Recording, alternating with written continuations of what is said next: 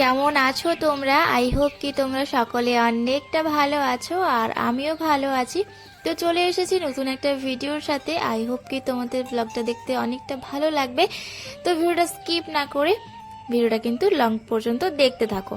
তো আজকে হলো আমাদের সেই দিন যেদিন আমরা আবার বাড়ি ফিরবো। তো সবাইকে খুব মিস করব। দেখো এখানে আমি একটু এই গরুগুলোকে আদর করছি। ওদের সাথেও মানে এই একটা সপ্তাহ বেশ ভালোই কেটেছে মানে আমার দিনগুলো। তো ওদেরকে ওই জন্য আমি টাটা বাই বাই করছিলাম। তো এইদিকে মা দেখো সমস্ত কিছু আমার ব্যাগ ট্যাগগুলো গুছিয়ে দিচ্ছে, মানে পুরীর থেকে যে যে জিনিসগুলো নিয়ে এসেছিল সেগুলো গুছিয়ে রাখছে, বাকি মানে ব্যাগ ট্যাগ সব মা গুছিয়ে দিচ্ছে। আমি ওদিকে রেডি হব, তো আমি ব্রাশ করছি, ব্রাশ করতে করতে ভিডিও ক্লিপটা নিচ্ছি। আর মা ওই যে দেখো দুটো ব্যাগ আমরা নিয়ে এসেছিলাম আসবার সময়, কিন্তু যাবার সময়কে অনেকগুলো ব্যাগ হয়ে গেছে, কেননা ওই সামানপত্র একটু বেশি হয়ে গেছে আর কি। তো এইদিকে দেখো এইদিকে দুজন দুজনকে আর কি সুন্দরভাবে আদর করছে, তাই না? আর এখানে মন্দিরটাকেও মিস করব অনেক। আর এইদিকে মা এসেছে এখন কুঁদরি তুলতে, তো মায়ের সাথে সাথে আমিও চলে এসেছি মাকে দেখতে কতগুলো কি কুঁদরি পেয়েছে। তো এই হচ্ছে কুঁদরিগুলো না, এই তো গ্রামে তো আর কোনো রকম সার প্রয়োগ করা হয় না, তো দারুণ টেস্ট এই কুঁদরিগুলোর।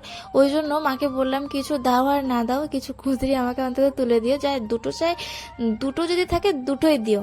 তো মা ওই জন্য ওই কুঁদরি তুলছে। আর মাকে বললাম ওই একটা ওই ল কেটে দিতে। ল বলতে কিন্তু কুদরি গাছের যে ডালপালাগুলো ছড়িয়ে আছে না, লতাগুলো, সেটাই কেটে দিতে বললাম, যাতে একটা নিয়ে গিয়ে বাড়িতে লাগাতে পারি, আর যাতে এই রকম টেস্ট বাড়িতেও সবসময় পেতে থাকি আর কি। তো সেই জন্য মা বললো ওটাও কেটে দেবে। তো এখন এই কুঁদরিগুলো যে হয়েছে এই দেখো।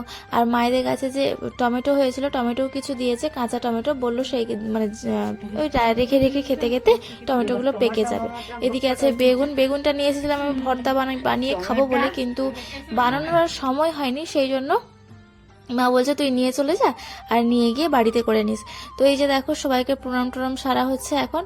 আর এই দেখো সবাইকে মানে আমার অলরেডি সবাইকে প্রণাম করা হয়ে গেছে, ওই জন্য আমি ভিডিওটা করছি। আর মায়েদের একটু মন খারাপ, কেননা এই যে এক সপ্তাহ বাড়িতে ছিল না বলতে ইচ্ছে করে তো আর ছিল না, এমন তো নয়, তো তবুও ওদের একটু মানে কম টাইম পেয়েছে নাতির কাছে, তো সেই জন্যই আর কি। আর মা পুরীর থেকে যে ড্রেসটা দিয়েছিল রূপ, কিন্তু সেই ড্রেসটাই পরে যাচ্ছে, তো মায়েদের একটু আনন্দও লাগছে। এইদিকে দেখো সকালই বেরিয়ে পড়েছি। আমার বাবার বাড়ির থেকে আমার শ্বশুর বাড়ির ডিস্টেন্সটা তোমরা অনেকেই জানো যে অনেকটাই দূরত্ব। তো সেই জন্য সকাল না বেরোতে পারলে না, ওই যদি 10টা করে আমি বাড়ির থেকে বেরোই, তাহলে দুপুরে খাবার টাইমে গিয়ে পৌঁছবো। তো গিয়ে এসে রান্না বান্না করা অনেক রকম ঝামেলা, যেহেতু ছোট বাচ্চা নিয়ে যাব, সেই জন্য একদম সকালবেলায় বেরিয়ে পড়েছি। আর মানে আমি কিছু খেয়ে বেরোইনি আর কি, টুকটাক কিছু খেয়েছি নাস্তা, সেই জন্য। আর দেখো আমার মনটা একটু খারাপ, তো সেই জন্য আরও একটু মনটা খারাপ লাগছিল আর কি।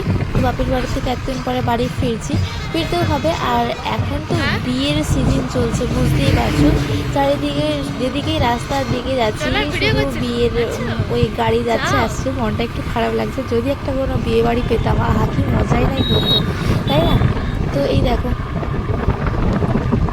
রাস্তায় না ওই গাড়িতে বাজনাদের দল যাচ্ছিল, তো সেই সব আওয়াজ বাজিয়ে যাচ্ছিল। তো রূপের পাপা সেই কি নাচ। এই যে দেখো পুরো রাস্তাটা প্রায় আমরা যেখানেই মানে রাস্তাতে প্রায়ই বিয়ে বাড়ি ছিল, তো বিয়ে বাড়ি দেখে দেখে আস্তে আস্তে মনে হচ্ছিল যদি একটা বিয়ে বাড়ি পড়তো দারুণ মজা হতো। তো আমাদের ঠুস কোনো নাস্তা করে আসেনি বাড়ির থেকে, বলেইছিলাম। তো আমরা মাঝখানে একবার দাঁড়িয়ে নাস্তা করছিলাম, আমরা নিয়েছিলাম সিঙ্গাড়া নিয়েছিলাম আর কচুরি নিয়েছিলাম। তারপরে দেখি এই যে দেখো বাঁকে করে প্রচুর মানুষ জল নিয়ে যাচ্ছে, কোথায় কোনো মন্দিরে হয়তো ঢালতে যাচ্ছে। খুবই সুন্দর লাগছিল, বাজনা পার্টি একদম মিউজিক বাজিয়ে যাচ্ছিল।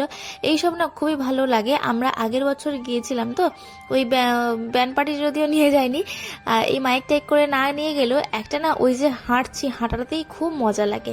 তো আমার একটা এক্সপিরিয়েন্স ওই আগের বছর হয়েছিল, তো সেই হিসাবে দেখছিলাম আর খুবই মজা লাগছিল দেখতে। প্রচুর মানুষ মনে হয় এই একটা পুরো গ্রাম থেকে হয়তো যাচ্ছে, পুরো অনেক অনেক অনেক মানুষ, তোমরা দেখলেই বুঝতে পারছো ঠিক কতজন লোক। সবাই কিন্তু পাখি করে নিয়ে যাচ্ছে, বয়স্ক থেকে বলো, অল্প বয়সী বলো, বাচ্চা বলো, প্রায় অনেক ছোট বাচ্চাও দেখছি কয়েকটা যাচ্ছে, খুব ভালো লাগলো দেখে।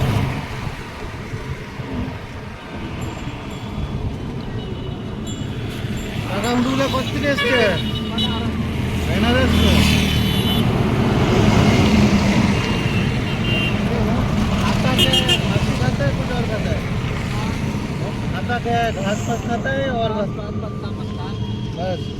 और पानी 10 दिन बाद चल के দেখো চোখগুলোর কাছে কেমন ঢুকে ये যাচ্ছে। सुना है कि ना भी गर्मी सह लेता है। ও এই হলো বাগান। ऐसे वो এখানে কেন এসছে? इधर क्यों आया? इधर आए हैं ग्राम घूमने के लिए।